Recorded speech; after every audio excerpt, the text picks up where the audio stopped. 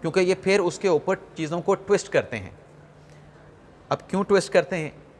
اس پہ یہ بتایا گیا کہ جو سلمان صفدر صاحب نے رپورٹ جمع کرائی جس میں یہ کہا گیا کہ عمران خان صاحب کی رائٹ آنکھ یعنی جو دائیں آنکھ ہے اس کی جو ایلمنٹ سے متعلق کہا گیا کہ 15% اس کی بینائی باقی رہ گئی ہے.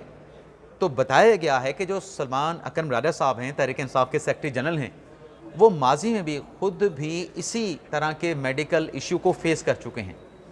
اب سلمان اکرم راجہ صاحب پوری ہسٹری جانتے تھے, پورا میڈیکل پروسیجر جانتے تھے, جو ہمیں ذرائع سے پتہ چلا کہ ماضی میں ان کی جو سپریم کورٹ کے سابق چیف جسٹس رہے اپنا جواد خواجہ صاحب, جن کی طرف سے ٹیلی گراف ایکٹ کے تحت سلمان اکرم راجہ پہ ایک مقدمہ بھی درج کروایا گیا تھا. وہ ایک کنٹروورسی یہ بنی تھی کہ یہ گھر میں ان کے بڑا شور ہوتا ہے, وہ کتھک ڈانس وغیرہ ایسا ویسا, تو اس کے اوپر جواد خواجہ صاحب نے سلمان اکرم راجہ پر ٹیلی گراف ایکٹ کے تحت مقدمہ درج کرا دیا تھا. اور اس کیس میں پھر جو سٹریس تھا وہ سلمان اکرم راجہ صاحب اس سٹریس کی وجہ سے جو ایشو عمران خان صاحب کا ہے وہ ایشو سلمان اکرم راجہ صاحب کو بھی لاحق ہوا تھا. لیکن راجہ صاحب ہیں, آپ کے سامنے ہیں, ان کی دونوں آنکھیں بالکل ٹھیک ہیں. اگر یہ بیماری اتنی پیچیدہ تھی تو پھر راجہ صاحب کی ایک آنکھ بھی نہیں ہونی چاہیے تھی. جو رپورٹ سپریم کورٹ میں جمع کروائی گئی کہ صرف 15% اس کی بینائی رہ گئی ہے, تو اس کے اوپر بھی کھیلا گیا. 15% کا جو معاملہ ہے, جو سلمان صفدر صاحب نے جا کے ملاقات کی عمران خان صاحب نے, تو ان کو یہ بتایا ذرائع کے مطابق کہ جب مجھے پیمز میں میڈیکل ٹریٹمنٹ کے لیے لے کے گئے تب ڈاکٹرز نے بتایا کہ ان کی بینائی دائیں آنکھ کی صرف 15% ہے. لیکن رپورٹ میں یہ ذکر کہیں نہیں کیا گیا کہ عمران خان صاحب کو جو ٹریٹمنٹ پیمز میں ہوا اس کے بعد ان کی جو بینائی ہے اس میں بہتری آئی ہے. اب ذرائع یہ بتاتے ہیں کہ جو پیمز میں عمران خان صاحب کا معائنہ کیا گیا, میڈیکل ایگزامینیشن ہوا, ان کا جو پروسیجر ہوا, اس کے بعد جو کل ڈاکٹرز نے عمران خان صاحب جو میڈیکل ٹیم ڈاکٹرز کی بنی تھی, ڈاکٹرز کی خان صاحب کا دوبارہ سے جو ایگزامینیشن کیا گیا اس پر مکمل اطمینان کا اظہار کیا گیا. بلکہ اس میں ایک اور چیز بھی, ایک نیا ٹوسٹ بھی آتا ہے, جو بار بار یہ کہا جا رہا تھا کہ ذاتی معالجین کو شامل کیا جائے. تو ذاتی جو معالجین ہیں وہ تو جب سپریم کورٹ میں درخواست کی گئی کہ ان کو شامل کیا جائے تو یحییٰ عفدی صاحب نے کہا تھا کہ نہیں ایسا نہ کریں, ذاتی معالجین کو شامل کرنے سے انکار کر دیا تھا. فیملی کے ممبر کو شامل کرنے سے عدالت نے کسی قسم کی اجازت نہیں دی تھی. لیکن اس کے اوپر بھی سوشل میڈیا کے اوپر ایک سیاسی نیریٹو بنانے کی کوشش کی گئی, چیزوں کو ٹوسٹ کرنے کی کوشش کی گئی. اب جو میڈیکل ٹیم سے متعلق جو ڈاکٹرز کے نام تحریک انصاف نے دیے تھے وہ تو ریجیکٹ ہو گئے کہ یہ سیکیورٹی کنسرنز بھی ہو سکتے ہیں. لیکن ایک ڈاکٹر جو کہ پی ٹی آئی نے پرائیویٹلی خفیہ طور پہ نام دیا تھا, ان کا نام جو ہے وہ شامل کیا گیا, اس ڈاکٹر کو میڈیکل ٹیم میں شامل کیا گیا.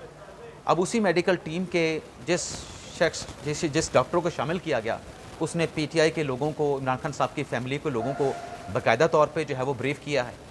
اور اس بریفنگ میں یہ بتا دیا گیا ہے تحریک انصاف کی جو قیادت ہے, عمران خان صاحب کے جو فیملی ممبران ہیں, کہ ٹریٹمنٹ کے بعد جو پیمز میں ہوا عمران خان صاحب کی جو آنکھ ہے اس کی جو بینائی ہے وہ 67, 65, 70% تک ہو چکی ہے.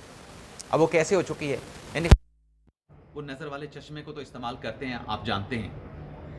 جیل میں جانے سے پہلے بھی خان صاحب آنکھوں والا چشمہ جو ہے استعمال کرتے تھے, یعنی خان صاحب کی بینائی جو ہے وہ کم تھی. اب جب خان صاحب اپنا چشمہ لگاتے ہیں, جو سلمان صفدر صاحب نے کورٹ میں کہا کہ اس ایلمنٹ سے پہلے خان صاحب کی آنکھ 6/6 تھی, 6/6 نہیں تھی, وہ 6/6 جو عمران خان صاحب کی آنکھ ہوتی تھی وہ چشمہ لگانے کے بعد ہوتی تھی. اس وقت صورتحال یہ ہے کہ عمران خان صاحب کی جو رائٹ آنکھ ہے جس کی ایلمنٹ سے متعلق بتایا گیا وہ 67%, جب چشمہ لگاتے ہیں 67% بالکل ٹھیک ہے.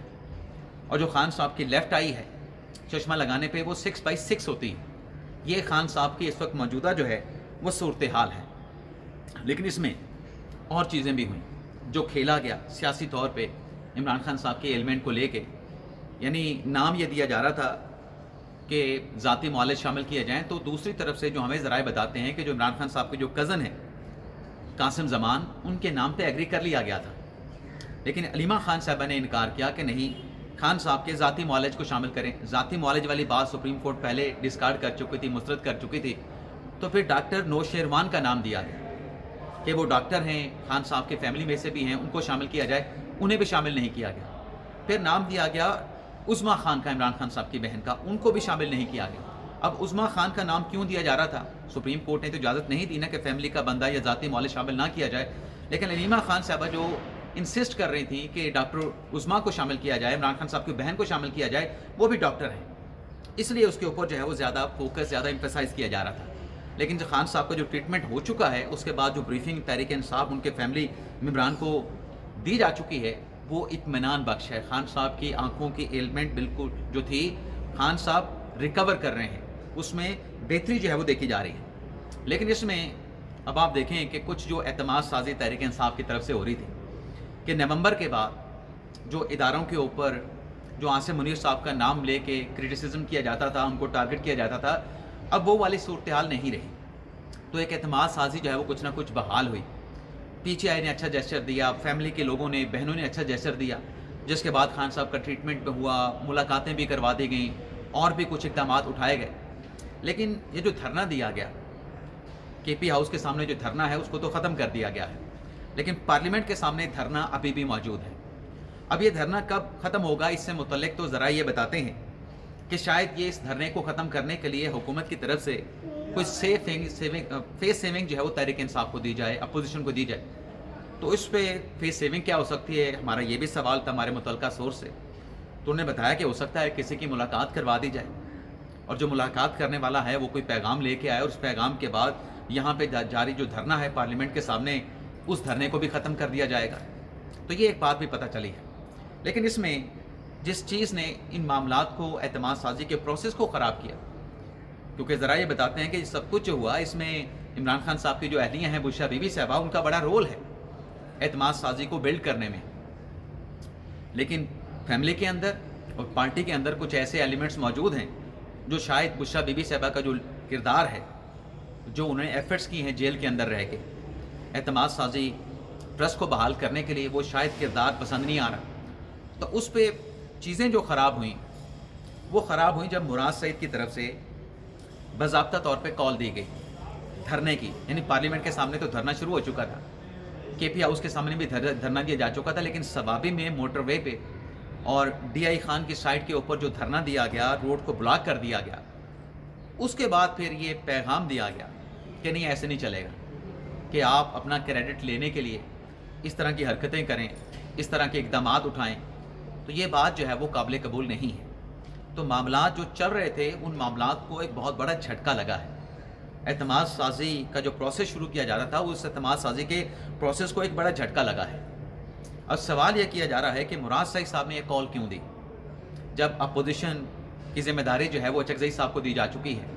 کے پی ہاؤس کے سامنے بھی دھرنا چل رہا تھا، پارلیمنٹ کے سامنے بھی دھرنا چل رہا تھا، تو پھر یہ روڈز بلاکس کیوں کیے گئے؟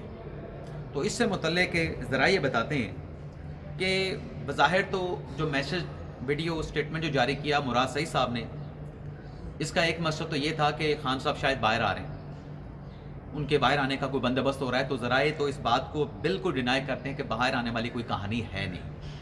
خان صاحب کا ٹریٹمنٹ ہوگا، خان صاحب کا ٹریٹمنٹ ہو رہا ہے، خان صاحب کا بہترین معالجین سے، ڈاکٹر سے ان کا ٹریٹمنٹ کروایا جائے گا. لیکن باہر آنے والی کہانی نہیں ہے. خان صاحب کے ٹریٹمنٹ ہوگا، ایک ہو گئے، 2 سیشن ہوں گے، خان صاحب کو انجیکشن لگے گا. وہ پروسیس کیا ہوتا ہے وہ سلمان اکمل صاحب سب کچھ جانتے ہیں، کیونکہ ماضی میں وہ خود اس بیماری کو جھیل چکے ہیں، اس بیماری میں مبتلا رہ چکے ہیں. لیکن مراد سعید صاحب نے جو کال دی، اس سے متعلق پی ٹی آئی کے اپنے لوگ یہ بتاتے ہیں کہ اس میں کہیں نہ کہیں انڈائریکٹلی جو ہے وہ علیمہ خان صاحبہ انوالو ہیں، اور پارٹی کے اندر اس بات کو لے کے شدید تشویش پائی جاتی ہے، تحفظات پائے جاتے ہیں کہ بھائی کہ علیمہ خان صاحبہ شاید نہیں چاہتی کہ جو چیزیں بشرا بی بی صاحبہ کے تھرو چل رہی ہیں وہ کنٹینیو کریں یا ان کو کریڈٹ ملے، یا شاید وہ یہ نہیں چاہتے کہ عمران خان صاحب باہر آئیں اور ان کی سیاست اسی طریقے سے چلتی رہے.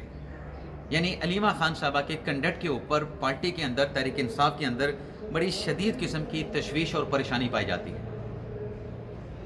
تو یہ ناظرین ساری ہمارے پاس جو ڈیٹیلز تھیں، کیونکہ ڈھاکہ میں رہ کے ساری انفارمیشن کلیکٹ کرنا آسان نہیں تھا، آج واپس آ کے جو چیزیں ہمیں پتہ چلی ہیں وہ ہم نے آپ کی خدمت میں، ان کی جو تفصیلات تھیں وہ آپ کی خدمت میں ہم نے پیش کر دی ہیں. تو دیکھتے ہیں فردر کیا ہوتا ہے. باقی جو ایک بات کی جا رہی ہے وہ سپریم کورٹ نے جو حکم دیا تھا خان صاحب سے ملاقاتوں کا، دیکھیں 12 فروری کو خان صاحب کے ساتھ بیٹوں کی ملاقات کروا دی گئی. خان صاحب کے ساتھ وہ جو اور ملاقات کا معاملہ تھا وہ ملاقات بھی کرا دی گئی. دونوں ڈائریکشن خان صاحب کے میڈیکل معائنہ بھی 12 کو کروا دیا گیا تھا.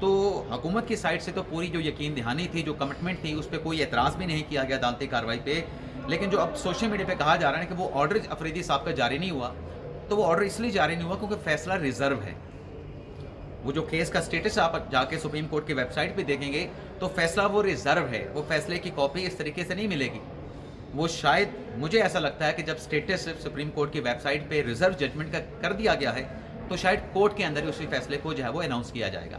باقی خان صاحب کے 3 کیسز 18 فروری کو لگے ہیں. ان کیسز میں بھی ہو سکتا ہے کہ کوئی رپورٹ, کوئی بات چیت اس پہ ہو جائے. لیکن وہ مقدمات جو ہیں وہ ایک جو ہائی کورٹ کا ججمنٹ ہے اس کے خلاف ہے, جو سائفر کا کیس ہے اس کے خلاف ہے, جو ڈیفامیشن کا سوٹ ہے اس سے متعلق کیسز ہیں.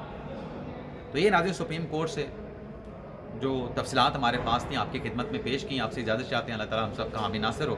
اپنی دعاؤں میں یاد رکھیے گا. پاکستان زندہ باد.